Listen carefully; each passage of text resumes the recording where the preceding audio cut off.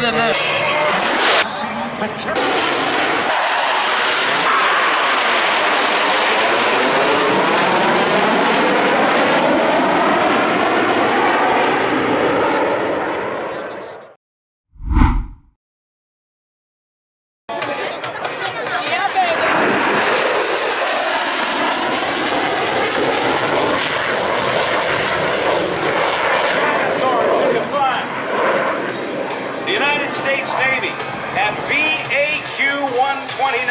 The Vikings are proud. Lieutenant Tom de Montbreon, call sign Booker,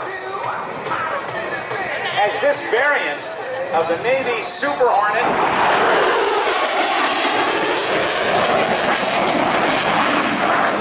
demonstrates its amazing capabilities. It's the youngest member of the F-18 family and the premier electronic attack aircraft of the United States Navy. It's designed for highly specialized missions across the electromagnetic spectrum. The electronic warfare capabilities combined with its virtually identical airframe and flight characteristics as the F-A-18F Super Hornet makes the EA-18G one of the most advanced tactical aircraft in the world today. The Growler you see today is proudly kept in a fully mission-capable status by the professional maintenance team at Electronic Air Attack Squadron 129.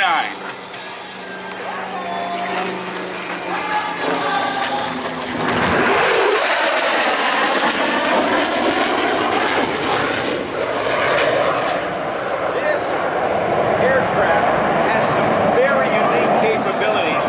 And hey, Fitz, you want to grab that microphone? So we got two ALQ-99 pods.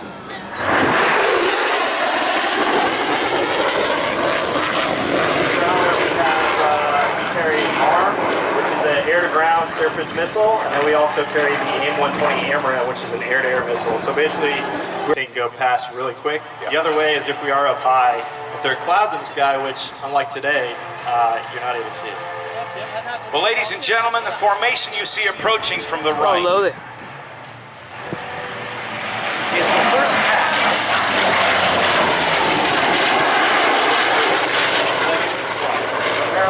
America progresses through the 21st century. It becomes increasingly important that we reflect on our nation's proud history, the people, the events, and the technological advances which have made our country great. And by remembering and appreciating and truly understanding the touchstones of our past, we will be able to more successfully chart the course for America's future.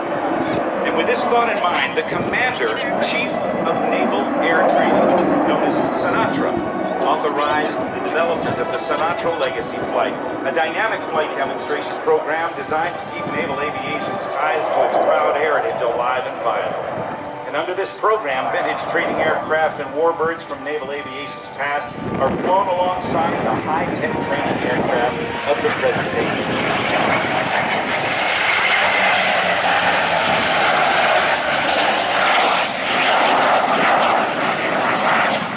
Through these unique formation flight demonstrations, we hope to provide the inspiration for the men and women who currently serve, while attracting the best and brightest of our next generation of young Americans to join the future ranks of naval aviation. During the World War II battles of Coral Sea and Midway, the full capabilities of Navy tactical air power began to be realized through the inspired efforts of a handful of naval aviators flying from straight-deck carriers. Two of the most decisive sea battles of the war in the Pacific were won. Unique in the history of naval warfare, neither battle involved the participation of surface combatants. And by the end of the war, the aircraft carrier had replaced the venerable battleship as the dominant weapons system of naval warfare.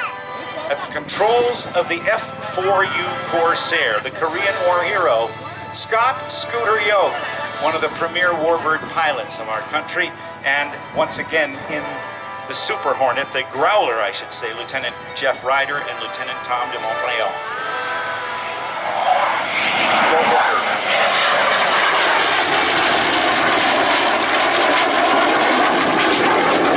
As we look at the Ben-Hay bird,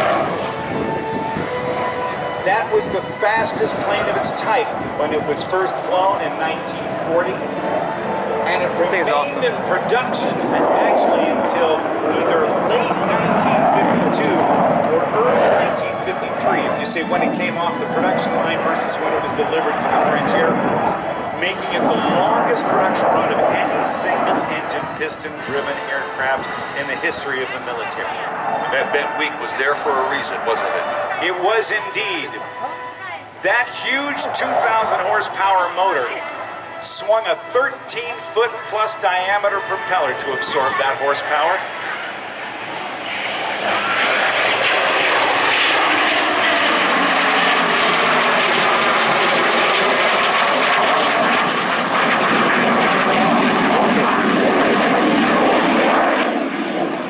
That propeller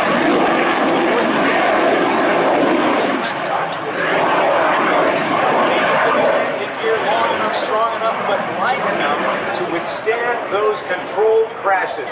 And that's basically what it's like, Bits, isn't it? A controlled crash. Yeah, exactly. That's controlled car crash would be the perfect way to describe that maneuver. 700 foot per minute descent. They plan it right on the deck, and the tail hook catches one of 3 or 4 wires stretched across the deck. But if they had a straight wing and a long enough landing gear to make the airplane too heavy.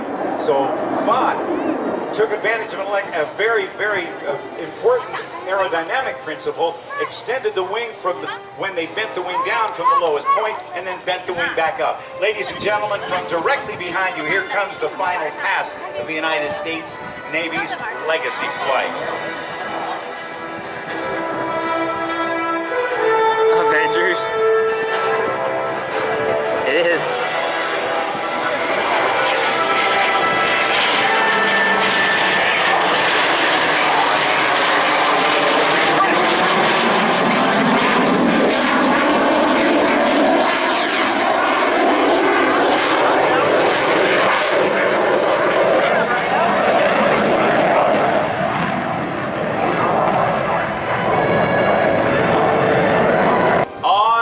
Short final.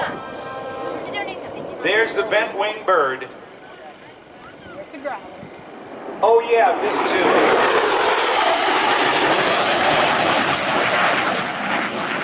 Came out of nowhere again, didn't it?